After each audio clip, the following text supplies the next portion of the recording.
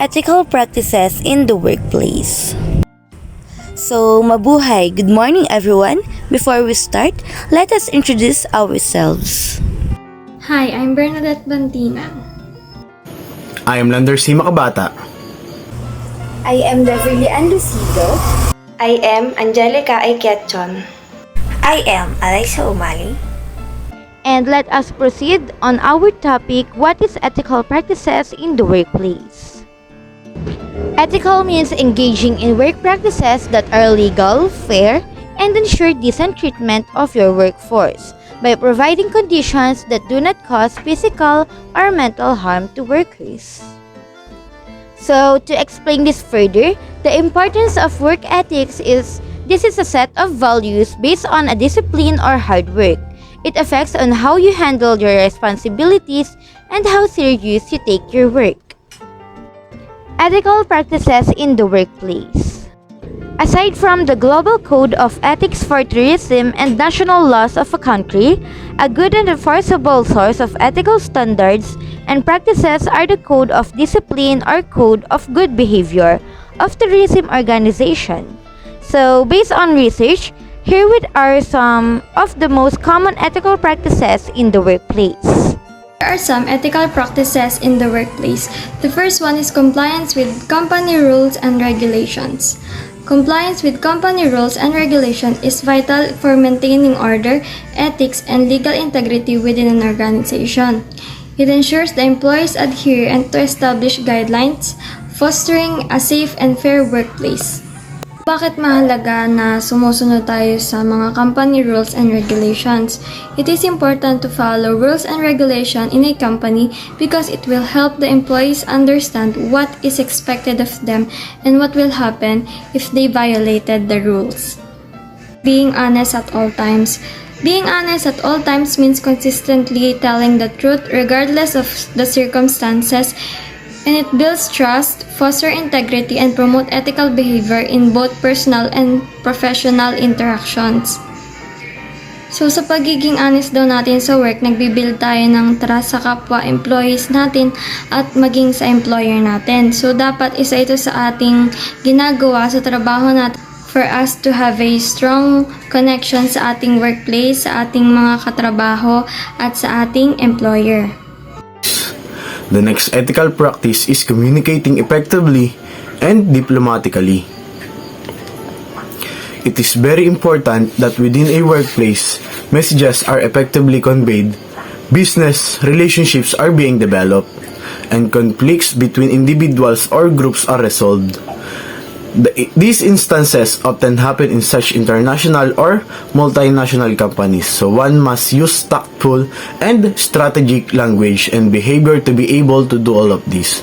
It's crucial to remember that the people you're interacting with may have various cultural backgrounds, values, and expectations while using diplomatic communication in business. Additionally, you can strengthen relationship and accomplish your goals by considering the other person's point of view in order to have a deeper understanding of their communication style, priorities, and reasons for holding certain beliefs. Moreover, a crucial component of interpersonal communication is nonverbal communication, which is frequently more significant than verbal communication. This is because they have a big influence on how your message is perceived and whether you are accepted and trusted. So be sure that your body language and facial expressions match the message you are attempting to send. Keep an open mind and be prepared to hear the opinions and suggestions of others. To sum it all up, in order to find the best answer to a problem, be receptive and criticism and prepared to take into account many viewpoints. Okay, now, let's move on to discussing the second ethical practice in a workplace, which is upholding professionalism and high standards at work. What is professionalism? Professionalism, simplify, as composed of being dependable, having the ability to establish your own high standards, and demonstrating also your concerns for every phase of your job. When you are working hard, staying organized, and taking responsibility for your thoughts, words, and deeds, you are also portraying professionalism. It is true that professionalism is a strong trait that includes a responsibility to uphold it at all times, especially in a workplace. Through this trait, you will be able to play your part as effectively as possible. It also makes you look good and motivates others. Additionally, it greatly enhances your sense of fulfillment and self-worth. Honestly, honor, dependability, and trustworthiness are just a few examples of the moral and ethical ideals that upholding professionalism entails demonstrating with deep conviction. Furthermore, people who conduct themselves with professionalism respect moral principles in both their professional and personal lives. This is a group of actions and traits that people exhibit in the job to show that they can be respectful, diligent, sensible, trustworthy, and honest. Being professional ultimately shows that you can be trusted to do a good job of your work. To adapt to that, professionalism is all about expressing your values as an employee of a company, and by extension, the values of the company.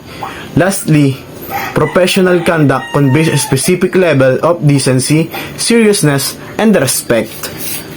This is why as a BSHM student, we must remember to always practice and show professionalism, not just in the workplace but also in everywhere we go, including the aspects of professionalism in our lives will help us to grow not just professionally but also personally. Being accountable for mistakes and lapses. Because accountability doesn't mean that you have to be perfect. This is acknowledging and fixing your mistakes and lapses or pagkukulang. Hindi natin kailangan manisi sa iba. Kapag ang employee ay responsable, nakakatulong ito na maging magaan ang trabaho. This builds trust and respect.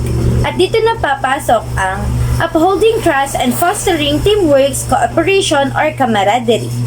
To be able to build trust and respect, teamwork is really important because it will lead to reach the goal of the work or company and create a successful work. Respecting colleagues at all levels means treating everyone in the workplace with dignity and valuing their contribution regardless of their job, title, or position. It involves listening to their ideas and avoiding gossip or negative talk by treating everyone with kindness and empathy. By doing so, we can create a positive and productive workplace culture where everyone can thrive. Developing good professional relationship with colleagues involve effective communication by showing collaborating on projects, being respectful, and building personal connection. By doing these things, we can build trust and respect among team members so we can create a positive work environment and achieve better results. Taking responsibility. Responsibility refers to the duty or obligation to fulfill one's commitments, obligation, and duties in reliable and accountable manner. Why is responsibility important in the workplace? Workplace responsibility, as in executing your job, duties, or following HR guidelines, is important because it leads to a functioning business and a safe and compliant working environment. How can I practice responsibility in the workplace? You can practice responsibility every day by thinking about your action and the responses and taking accountability for the consequence of your choice for good and bad. There are many types of responsibility: personal, professional, ethical, economical, social, and environmental. Example of ethical responsibility: doing the right thing when nobody is looking. Ethically responsible people will behave fairly, ethical, with integrity, even when nobody is looking. For example, when nobody is looking and you know you can get away with it, you might be tempted to cheat on an exam or take something from a store that you didn't pay. Observing safety, security, and sanitation in the workplace. Workplace safety is very important for each and every employee in the industry because all of the workers desire to work in a safe and productive atmosphere.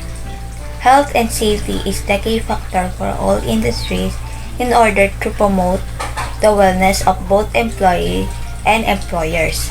It is a duty and moral responsibility of the company to look after the employees' protection. Importance of ethical practices in the workplace. Workplace ethics leads to happy and satisfied employees who enjoy coming to work rather than treating it as a mere source of burden. Employees also develop a feeling of loyalty and attachments toward the organizations. Workplace ethics ensures positive ambience at the workplace. Dahil ito real talk lang, your work is only as good as the environment that you have. Kahit gaano pa kahirap, pagpapagod o pagtatrabaho ang ginagawa mo, pero kung nasa supportive work environment ka, goods na yon. At kung hindi naman, mag-resign ka na lang. Joke lang. And here are some few tips or ideas that we can give to you to motivate yourself to work harder in able to accomplish your work ethics. First, break big goals into small tasks. Second, surround yourself with motivated people. Third, reward yourself. Fourth, remember your whys. And fourth, stay focused. Lastly, pray harder and play smarter. So that's all guys. Thank you for listening. I hope you learned some on our topic and we hope that you'll apply it on your future career. Again, this is Group 6. Thank you so much.